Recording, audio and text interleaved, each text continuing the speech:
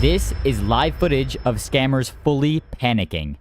Let's give these scammers a phone call and record their live reactions to a hacker revealing their true identities. Yeah. My name is Sanjeev. Your name is Sanjeev, and your friend next to you is wearing a brown shirt. So, Sanjeev, why are you scamming people, Sanjeev? You are Sanjeev. You are Sanjeev. और आपका नाम लिखा था राजा। राजा। Oh yeah, this is definitely it. They're taping it forever. Alright, so I'm going to explain to you how I found these scammers. I was doing my usual look around for scammer phone numbers when I came across a list of websites that looked very scammy to say the least. The website looks fairly tame and legit on the surface, but in reality, it's all a scheme to get you to pay for useless drivers or security. But who are the people coming across a fake website that's offering Alexa support? Well, someone who just purchased themselves a brand new Amazon Alexa device, and when they tried to set it up, the instructions informed them to download the Alexa app. So they go on Google and search something up like download Alexa app, but instead of coming across the Google Play Store or the App Store, they get those fake sponsored scam links that I showed you previously. Now on the website, the victim is given multiple options of download. I'm using Windows, so I go ahead and initiate the download for Windows. And I get this fake looking progress bar, and after it loads, it gives me the exact same error message every single time. Reading network error, we couldn't complete your download, please chat with us for more info. And under that, a little option to join the chat. At this point, I know exactly where this is going. As soon as I join the support chat, the scammers will ask me for my name and phone number for a callback to my cell phone. Once they have me on the phone, they will convince me that I need to install remote access software for them to fix the issue. And I do the one thing that you are never supposed to do. I let them remotely gain access to my computer, but while they attempt to connect to me, I am actually connecting back to them, reversing the access onto their computer. What is IP? Let me just show me. you. I don't know what the IP is. Look over here. Do you see that here?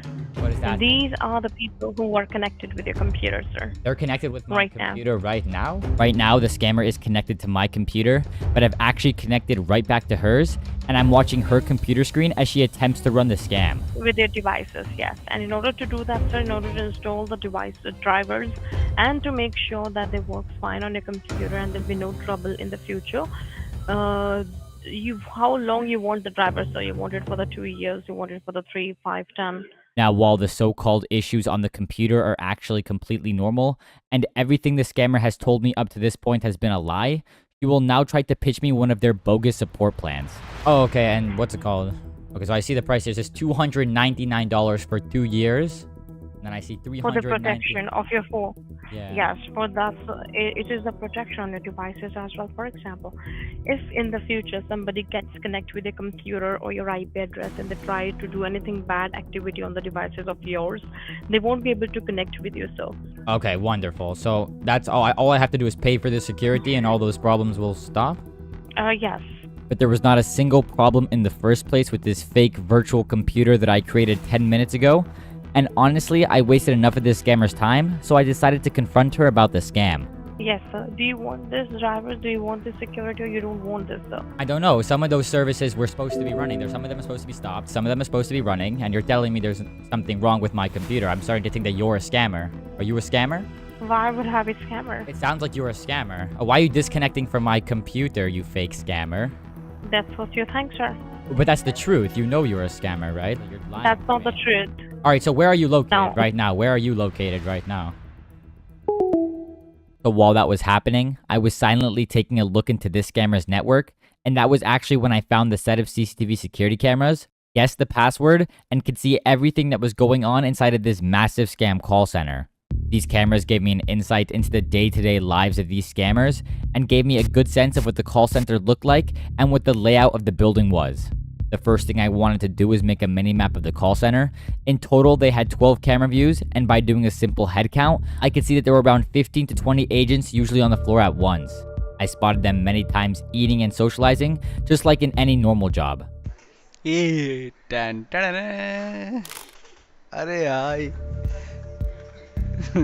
Now, while I gained access to only one machine in this call center and just breached their CCTV security cameras, I didn't know how I was going to further advance my investigation in proving that these people are guaranteed scammers. I had access to their cameras, but they didn't have a feature that allowed me to listen into the audio, And even if I could listen into the audio, it would be very difficult for me to record any scams. The scammers were actually nice enough to have call recording on their phone system switched on, but even better yet, they had an application on some of their machines by the name of Flashback Recorder, which is an application that not only screen records the actual desktop display, but the microphone connected to that computer. Now yes, I can match the timeline of the audio to the timeline of the CCTV's internal playback to watch scams that have happened in the past, but the scammers have made it even easier for me by not using any traditional phone systems, but rather virtual ones.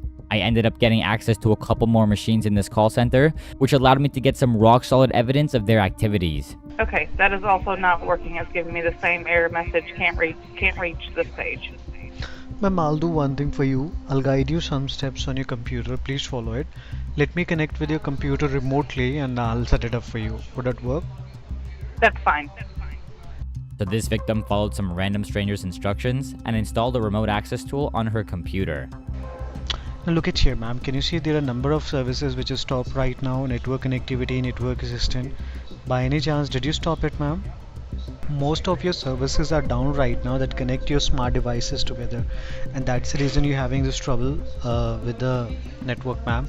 So let me do one thing for you. Let me put a proper scan on it so we can get the result why it's saying it, okay? I think I've now heard enough of this, and it's now time for me to warn this person about the scam. Hi, hello? Hello? Yes. Yeah, I just wanted to ask you, were you on the phone with a gentleman that sounded Indian a second ago? Yes. Yeah, I wanted to tell you, ma'am, that person wasn't from actual tech support. I deal with fraud, like he was a scammer. He was trying to ask... Yeah, I figured that when he was trying to download stuff on my computer. Yeah, I wanted to warn you for the future. Like, if someone ever tells you to install something like that on your computer, it's like 99% always a scam, okay? Thankfully, I was able to successfully warn that person about the scam, but there were many more people who had previously been scammed before I had a chance to intervene. This was evident from the many photos I downloaded from the scammers' computers, showing payments made via credit card and checks, anywhere from $100 to $1,200 or even $3,000 for absolutely nothing. This photo in particular that made me really disgusted with these scammers, showing how they forced an elderly-looking man to open his webcam, write a check for them, and send it off to some random shell company in the United States. This is not only why I wanted to identify the heartless scammers in India, but also the people facilitating the laundering of money. Because processing checks internationally is far more difficult and could arouse suspicion, the scammers will instead have their victims make them payable to shell companies in the United States. There are many such companies involved in this scheme, and I've blurred their names because I've reported all of them to US federal authorities where they're being investigated. The information on those checks contain the types of details that are very suitable towards data brokers. Data brokers sell your information to scammers and anyone else who may want to target you. Your full name, email, home address, health records, your relatives, it's all out there. That's why I've been using Aura, the sponsor of today's video. Aura shows me which data brokers are selling my information and automatically submit opt-out requests for me. Cleaning up my information not only helps reduce the amount of spam I get, but it protects me from hackers who could use this information to help them access my social media accounts, bank accounts, or other sensitive information. I don't know if you saw this, but AT&T revealed that over 73 million customer records, both existing and former customers, were released on the dark web. They recommend those affected use strong passwords, monitor account activity, and consider credit freezed or fraud alerts from credit bureaus. Well, Aura does all of this for me, and best of all, I don't have to download several different apps just because a company couldn't keep my data secure. If my info was compromised in the AT&T breach, I wouldn't worry because Aura is always on and always doing the hard work of keeping me safe. I value my privacy and I value yours too, so you can head on over to aura.com/nano on any web browser, and my link will offer you a 14-day free trial, which is risk-free with Aura's 60-day money-back guarantee. Anyways, I can't show you the business names that I reported to law enforcement, but what I can do is try to get the identities of every single person working inside the call center in India. My first approach was taking a look into the scammers' files in their computers, but this would turn out to be unsuccessful as they mostly only stored scam-related documents and not really any personal information that led me to identifying who they were. So at this point, I didn't really know how I was going to get the information of all 30 of these employees, but that's when I noticed someone on one of the camera views in a separate cabin. This individual is Avnit.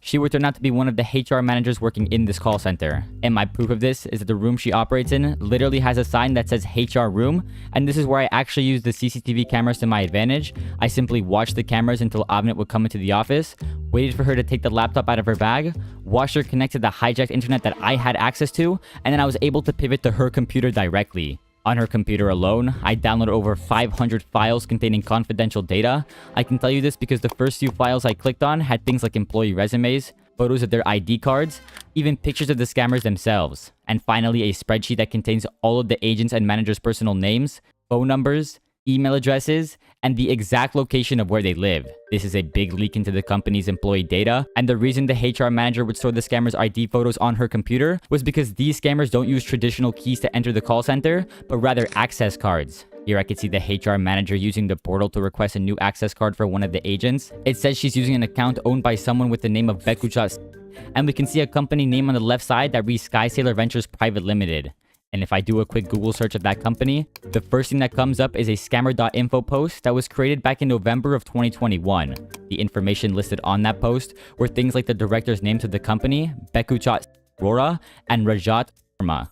And where have I seen those names before? Well, I saw it 10 seconds ago on the HR manager's laptop when she logged into the portal to submit the access card. And at this point, I already found public records of these two scam fraudsters registering Sky Sailor Ventures Private Limited back in 2019.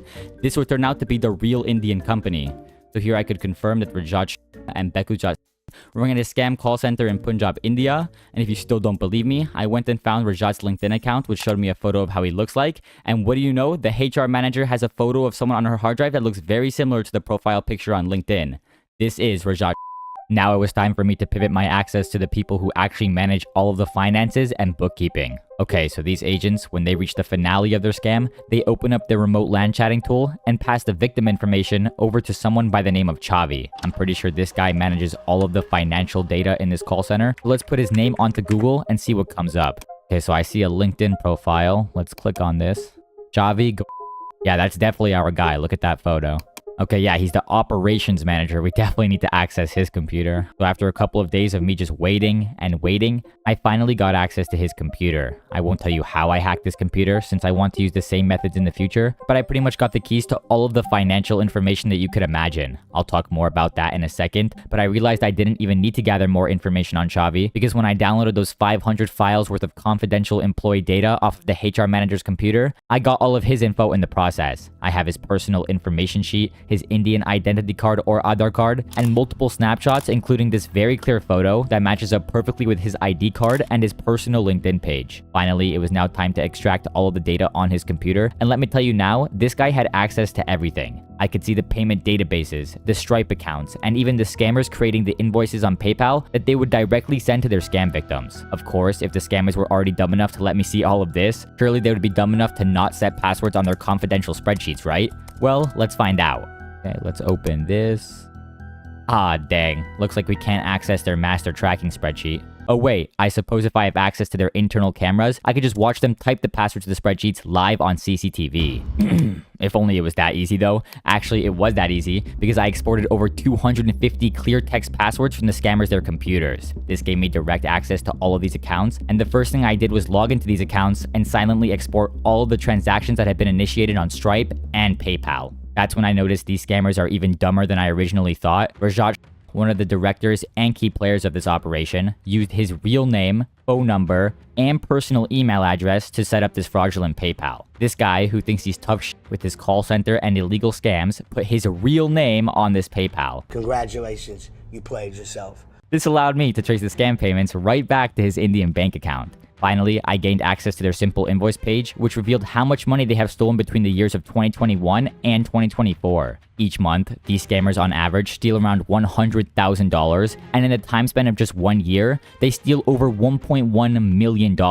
If we do the math of how much money they have stolen over the course of 3 years, it would be exactly $2,785,728 just from US and Canadian citizens. So if I had all of this information, what else was I missing? Well, I still had no idea where the scam call center was located. I had access to 2 outside angles on the CCTV that gave me a look into the entrance of the call center. On one of those views, I could see a security booth and a little road. But this scam call center has Wi-Fi in and outside of the building, and by using the names of the wireless networks, as well as their strengths relative to the scammers' computers, we can precisely determine where the scam call center is located. And when I put those coordinates into Google Earth, I get zoomed into this location in Mohali, Punjab. So when you enter Street View, you can see Villa Verde, Residential Tower, Cork City. And then this text over here is too blurry for me to read.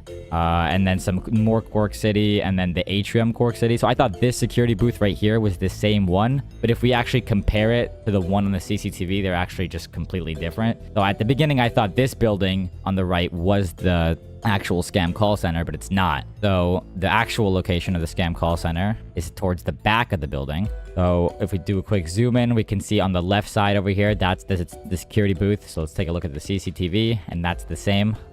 And if we look on the right side, we can see the parking lot. And on the left side, we have that turn. So I believe the scammers are in this building right here. So these scammers are located in the Atrium Cork City building of Sector 74, Phase AB, Mohali, Punjab. When I put that address into Google, the first result is the official corkcity.com website, which is the exact same website I saw the HR manager using previously. I very quickly found this YouTube video giving a tour of the building, and at first, I recognized the entrance from Google Street View imagery, but when they brought the camera to the back of the building, I was 100% able to confirm the location of the call center. In this frame right here, they even got a shot of the entrance, which matches up perfectly with what we can see on the CCTV cameras. So these scammers are located in this very high-end building. As stated in the description in this video, the building has a ton of amenities, like a massive swimming pool, a full fitness center, CCTV security cameras, and a 24/7 on-site security team. I wanted to identify if any other people have dealt with this call center in the past, and while looking at many reviews made by previously scammed victims, I actually remembered that I picked up a password to the scammer's Better Business Bureau account, allowing me to have full control of all of the reviews. No, I want to like respond to everybody like, oh, this is a scam company that we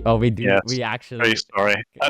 Want your money back? Go to your bank and ask for a charge back. I'll actually give you the director's name while I'm at it. Yeah.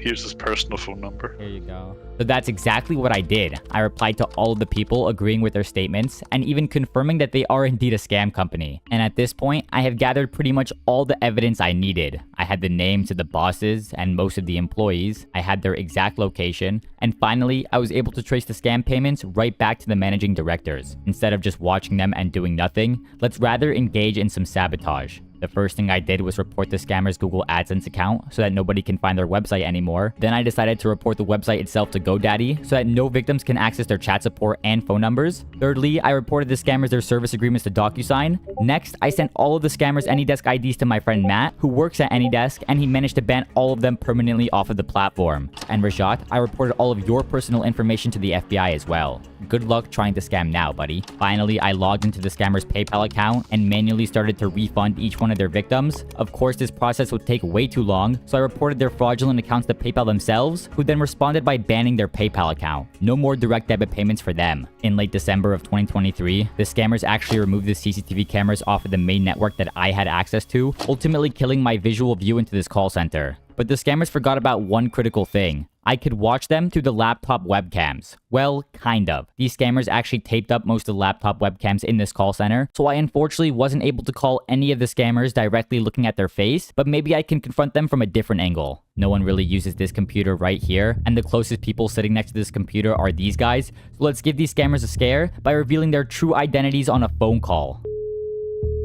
Yeah, you speak to one of my superiors, okay? Hold on.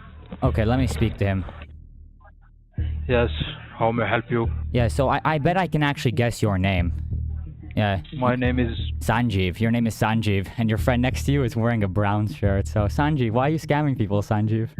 What? Yeah, your name is Sanjeev. No. Yeah, your name is Sanjeev. No. Yeah, you know Chavi Goy. You know Chavi and Rajat. You know Rajat?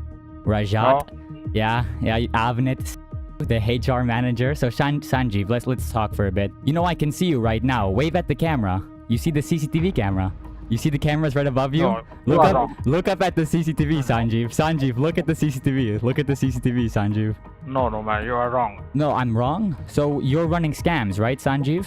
You're running scams? No. Yes, you are. No, man, no. Yeah, I can tell you your job. Your job is to manage all of the chats. So like the people send you the chat, No. and then you give it to the... So how are you not the scammer? Explain to me how you're not the scammer, Sanjeev. Explain to me. No, you are wrong. Are you panicking? You are wrong, please, man. Yo, the HR manager is right next to you. Hello? Yeah. Yeah, can you please pass the call back to David? Or not? I am, you are already talking to him. Oh, I'm speaking to David right now? Yes. Oh, okay. So David, you're wearing a brown shirt right now, right? You're wearing a brown shirt. Like, look behind you. You know, No. so you know Skyfair Travels. Look at the CCTV cameras behind you. Like, you know, like look behind you. I don't know what all you're like, saying. turn around in your chair. Turn around. Like, turn around. Like, I'm looking at you. Turn around in your chair. No, bro, turn around. Oh, he's getting someone. He's getting someone right now, I think. At this point, Sanjeev, the scammer that I just confronted, decided it would be a good idea to tell the boss Rajat what just happened. Earlier that day, the HR manager conveniently left her computer in Rajat's personal cabin, which allowed me to grab this webcam footage. गड़बड़ हो गई है sir camera किसी के control में है परमिंदर ने बात की फिर उसने बोला कि फेक है मैंने ली call You are Sanjeev. You are Sanjeev. I know. You manage all chat. You manage all chat. फिर परमिंदर को बोला उसने कि तूने ब्राउन शर्ट डाली हुई है हाँ और आपका नाम ले रहा था राजा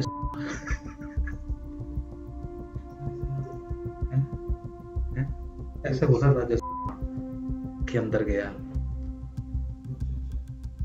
ये अपना बंदा होगा कि कोई है कोई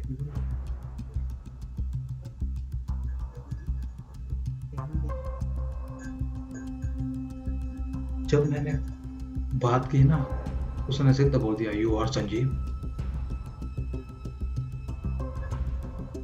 तो परमिंदर की शर्ट का कलर भी बता दिया उसने After this conversation, the HR manager entered the cabin and she unfortunately grabbed the laptop and took it back to her office. When she made it back to her room, they finally told her everything that had happened. Due to a technical issue, I wasn't able to get audio to this portion of the confrontation, but we can see the HR manager Avnet looking visually concerned when she notices her webcam light is on as well. Of course, she doesn't know anything about computers, so she leaves the room to grab someone with more experience. When she comes back in, we can see her point directly at the webcam. Sanjeev, the person we can see right here, tells her it might be a good idea to put some tape over the webcam. Fortunately for us, this is the HR manager and not the IT guy, so instead of taping the actual webcam itself, she taped the webcam light instead.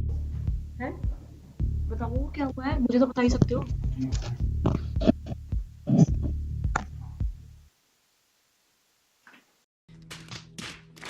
As for the main room, everyone was sort of in a panic mode, with a ton of people looking pretty concerned. Here we can see Chavi, the operations manager, holding a piece of tape and then pointing straight at the webcam. I assume you can guess what's coming next.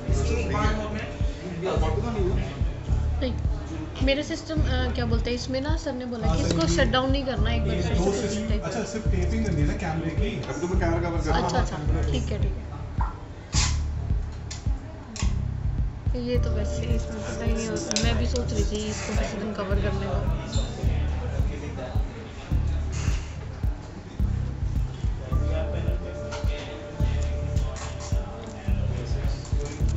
Webcam इसका चल रहा है चल रहा है हाँ webcam चल रहा है इसका वो ऐसे चला होगा Oh yeah, this is definitely it. They're taping it forever. Why are you guys smashing the laptop? Or they're smashing the laptop. And the scammers lived miserably ever after. If you guys did enjoy this video, make sure to like and subscribe before clicking off. Thank you for watching and have a nice day.